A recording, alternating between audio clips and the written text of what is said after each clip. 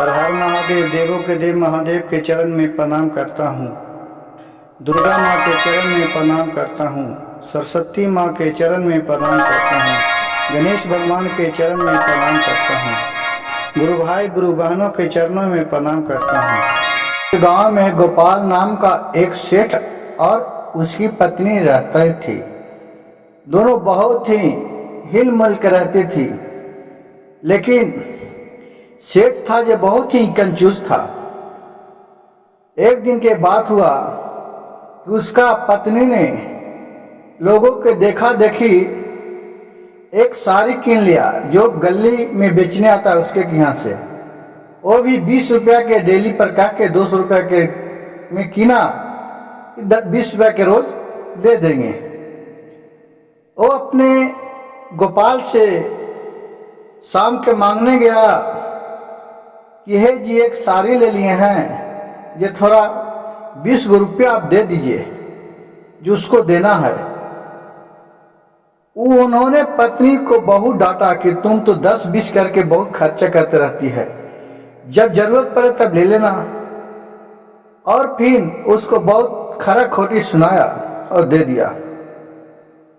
फिर उसी तरह 2-4 दिन बीता कि गोपाल खाना खाने के लिए बैठा हुआ था। दोपहर में खाना खा रहा था। खाना बहुत ही स्वादिष्ट था क्योंकि आलू दम बना था, तो आलू दम और भात खा रहे थे। पत्नी से बोला गोपाल, कितनी और एक मुट्ठी चावल दे देना ना, ये बहुत अच्छा खाना लग रहा है। उसका पत्नी ने चावल लाके देने लगा, जब तक कोई दरवाजे पर चाल किया, कोई है कोई है। एक भिखमंगा साधु बाबा आए, भोलेनाथ आए साधु बाबा के रूप में और भिक्षा मांगने लगे, क्योंकि उसका परीक्षा ले रहा था। जो गोपाल था जिसका परीक्षा लेने के लिए भोलेनाथ पहुंचे गए उसके दरवाजा पर। बोले गोपाल कि जाओ देखो कौन आयल है। तो कहा हाँ जी आप खाना खाइए ना, मैं आता हूँ देख के कौन है जो। और वहां गए तो देख रहे कि दरवाजे पर साधु बाबा खड़ा है। उसको बहुत ही निर्ममता पूर्वक घर में लाए। गोपाल देखकर अपने औरत पर चिढ़ गया, कहा कि इसको क्यों ले लाए घर में।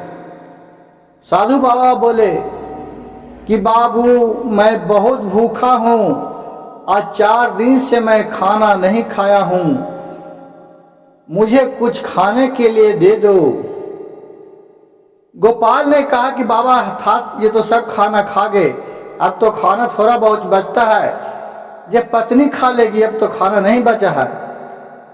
लेकिन बहुत बाबा बोले कि क्या होगा बाबू, उसी में से एक मुट्ठी दे दो। लेकिन गोपाल नहीं देने दिया और बाबा घूम के उसके दरवाजे पर से अपने चल दिए। उसी को बिहानी होला गोपाल मछली मारने के लिए समुद्र में गया अपने नाव को लेकर। जब बीच धार में नाव पहुंच गया, उस पर 3 आदमी थे। गोपाल थे और उसका 2 साथी थे। वहां देख रहा है कि बीच दरिया में नाव गया और बहुत कस के आंधी और तूफान आने लगा। देखिए भगवान का महिमा, वो परीक्षा लेने लगे। अब तो ये दोनों मियाँ जग बका गया कि अब कैसे करेंगे, अब कैसे करेंगे। अब कहा कि अब तो हम लोग के लग रहा है कि जान नहीं बचेगा। गोपाल बोल रहा है कि अब हम लोग का जान नहीं बचेगा। उसका 2 साथी थे जो बोले कि ऐसा क्यों पहले बोल रहे हैं, जहां तक कोशिश है जहां तक तो करना चाहिए ना।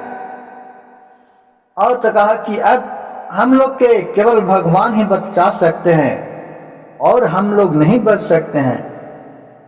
फिर सबने भगवान का ध्यान लगाए कि हे महादेव, देवों के देव महादेव, जगत में आप ही हैं जो कि सबको रक्षा कर सकते हैं। और फिर बहुत कस के तूफान आया, आंधी आया, पूरा नाव है जो हवा जैसे बात करने लगा, उसी में छल करने लगा। सब उड़ाने लगा, लेकिन नाव को इन लोग पकड़ लिया कस के, जिधर भी जाए छोड़े नहीं। और इतना हल्फा मारने लगा कि उसको हल्फा होते होते दूसरा राज्य में चले गया, एकदम वन में किनारा पे जाके लगा। अब इन लोगों तो एकदम भूख से और जो हल्फा मारा था, जो पूरा थक चुके थे, अब वहां देख रहा है कि एक किनारा लगा जाके जंगल के किनारे। अब वहां तीनों लोग उतरे। अब कहे कि थोड़ा विश्राम हम लोग करते हैं तो चलेंगे। उतरे तो देख रहे हैं कि एक कुटिया है उधर बना हुआ जंगल में। उसी कुटिया में देख रहा है कि कोई कहा तीनों की चलिए ना, कोई तो आदमी वहां होगा, उससे कुछ नहीं तो पानी पीने के लिए कुछ खाना पानी होगा तो कुछ खा लेंगे। और वो तीनों उस कुटिया पर पहुंच गए। कुटिया पर पहुंच के चाल करने लगे, बाबा बाबा कोई है अंदर। वहां से वही बाबा निकले जिसको इन्होंने खाना नहीं खिलाया था। और इसको देखकर तो अचंभव हो गया, ये बाबा को तो मैं घर में देखा था 4 दिन पहले, आज यही बाबा यहाँ हैं।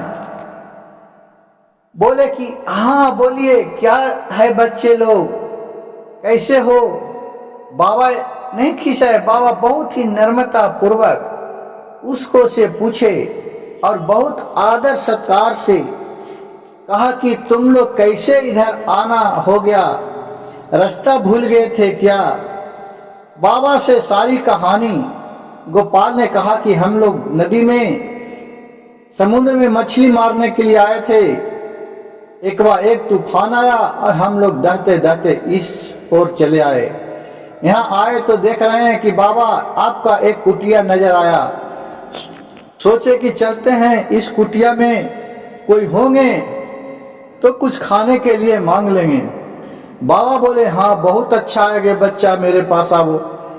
नम्रता पूर्वक बाबा ले गए और थोड़ा सा खाना बनाए थे वो अपने खाने के लिए। तीनों के अच्छा तरीब बैठाए और जंगल से पत्ता तोड़ के लाए और तीनों को एक एक मुट्ठी खाना परसे।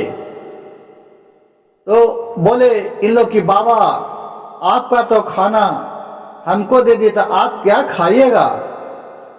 कहें कि आप, बाबा बोले कि आप मेरे दरबार पर आए हैं, आप हमारे परिवार के समान हैं, आपका रक्षा करना, भूखे को अन्न देना, प्यासे को पानी पियाना ये साधु महात्मा का कर्तव्य है। सच्चा साधु वही है कि जिसके पास ममता है, लोभ नाम का चीज नहीं है। और बाबा को ने एक एक कलछुल दिए तीनों पर चावल और एक कलछुल अपने के लिए रख लिए। उन लोग बोले कि बाबा आप भी ले लीजिए। बाबा बोले कि आप लोग खाइए, अगर बाद में बचेगा तो खाऊंगा, नहीं तो कोई बात नहीं है। उन लोग खाए तो उतने में सबको पेट भर गया और बाबा अपने भी खाए तो ऊपर भी देख रहा है कि उतना को उतने चावल उसमें बना हुआ है।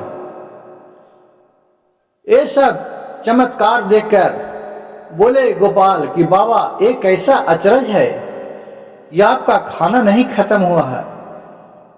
बोले कि हम लोग तो एक मामूली साधारण आदमी हैं, देने वाला तो ऊपर वाले हैं, देवों के देव महादेव, उन्हीं का कृपा है साधु संत पर। कितनों भी साधु संत है देखिएगा, क्यों महादेव का ही भक्त है, सबका पूरा वही जंगल में निवास करते हैं, वही जंगल को रक्षा करते हैं और फिर सबको खाना खिलाए। इस कहानी से हमें यह सीख मिलता है कि भूखे को अन्न दो, प्यासे को पानी। जो आप यहाँ दान पुण्य करते हैं, जो भी आगे जाके आपको इसी समय में मिल जाता है। जो जैसा कर्म करता है वैसा पाता है। और फिर वहां से बाबा नदी किनारे आए और कहे शिव गुरु के नाम लेके जाइए, अपना जगह पहुंच जाइएगा। ये सब ममता का माया है और यहाँ कुछ नहीं रखा हुआ है।